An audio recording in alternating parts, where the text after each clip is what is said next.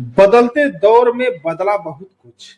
बदलते दौर में बदला बहुत कुछ, पर इतना भी क्या बदल जाए कि जनता अधिकार मांगे और जवाब में बिल बढ़ जाए। जिन सेवाओं पर था इस देश का भरोसा, आज उन पर कंपनियों का साया है। बताओ, क्या यही नया भारत है जहां हर सुविधा मुनाफे पर चलाया है? नमस्कार, मैं रुपेश निराला आजमगढ़ वाला। आप देख रहे हैं एनएन एक्सप्रेस खबर फ्रेश।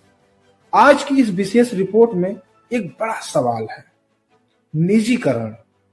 आज की इस विशेष रिपोर्ट में हम बात करने वाले हैं उस सवाल पर जो आने वाले समय में पूरे देश की दिशा तय करेगा। क्या देश की सेवाएं जनता के हाथ से निकल रही हैं?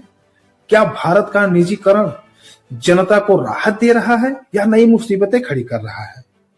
क्या निजीकरण का मतलब जनता की सुविधा बढ़ना है या कंपनियों का मुनाफा? इसी को समझने के लिए चलिए देखते हैं देश की 5 बड़ी सेवाओं की मौजूदा हालत। नंबर 1, फ्लाइट और एयरलाइंस।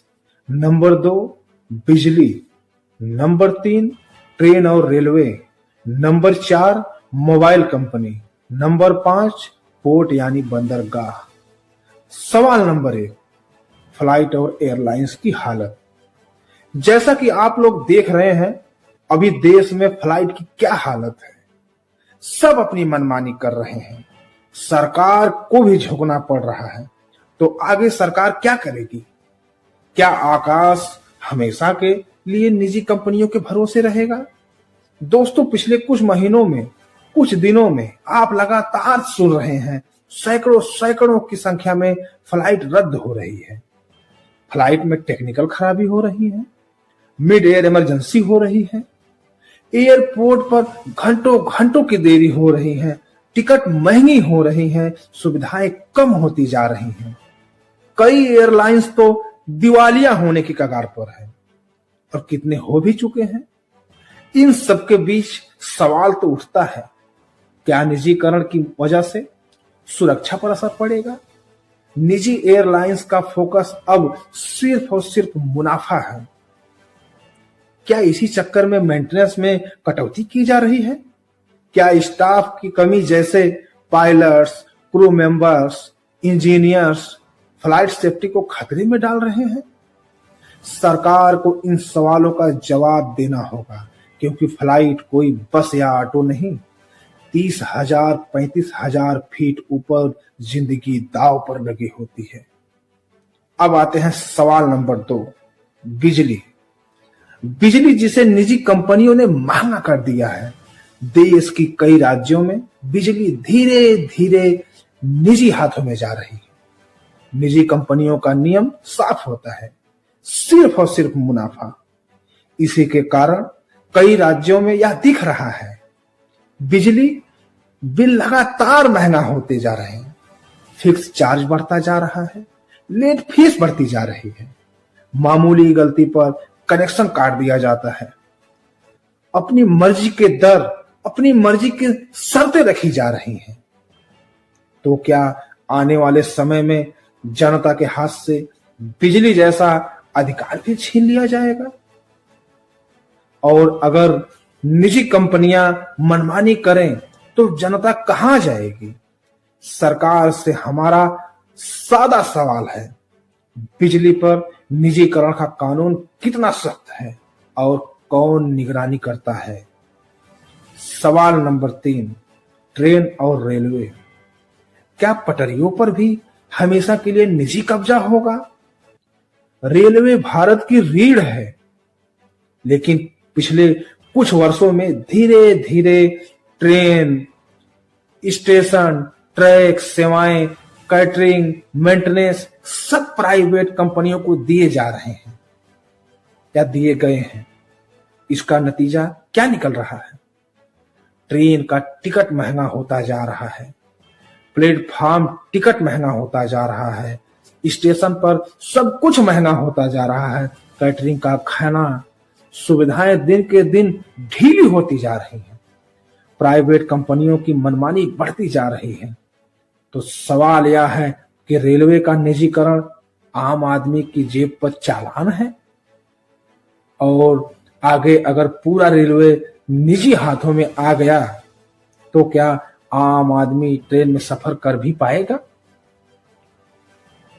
सरकार से सीधा सवाल है। अब आते हैं सवाल नंबर 4। मोबाइल कंपनी निजीकरण में शुल्क लगातार बढ़ता जा रहा है।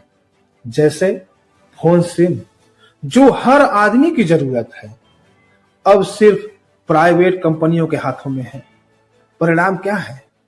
रिचार्ज लगातार महंगा होता जा रहा है, अनलिमिटेड डेटा खत्म होते जा रहे हैं, छोटे प्लान हटाए जा रहे हैं या हटाए जा चुके हैं, महीने का खर्च डबल होता जा रहा है, शिकायत सुनने वाला कोई नहीं, कॉल पर भी टैक्स का एक्स्ट्रा चार्ज लिया जा रहा है।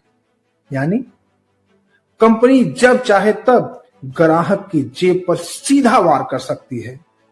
तो सवाल तो बनता है, सरकार कहां है?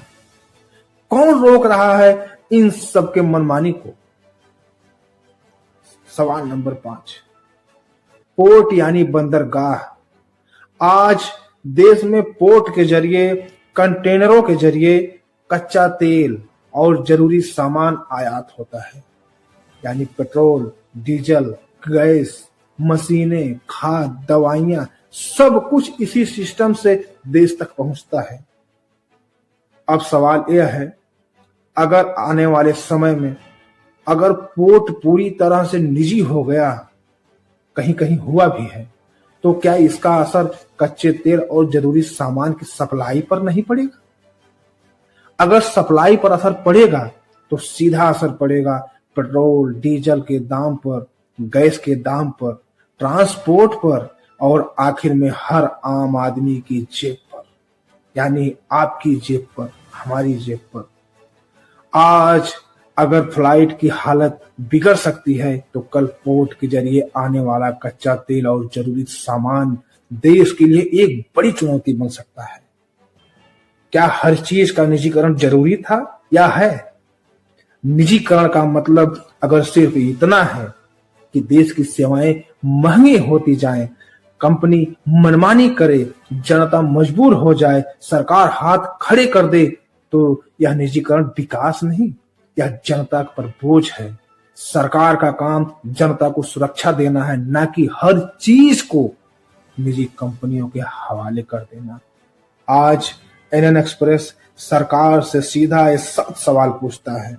नंबर 1, निजीकरण की निगरानी कौन करेगा या कर रहा है? नंबर 2, कंपनियों के खिलाफ सख्त कानून कब आएंगे?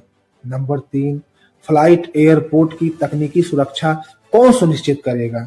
नंबर 4, बिजली के मनमानी बिलों पर रोक कब लगेगी? नंबर 5, रेलवे के किराए और सेवाओं पर जनता की सुरक्षा कैसे होगी? नंबर 6, मोबाइल कंपनियों की मनमानी रोकने का कानून कहां है? नंबर 7, पोर्ट यानी बंदरगाह पर भी निगरानी हो रही है कि नहीं? जनता जवाब चाहती है, क्योंकि जिस देश में सड़क, पानी, ट्रेन, बिजली, हवाई सफर, पोर्ट यानी बंदरगाह सब निजी हो जाए, वहां जनता मजबूर हो जाती है।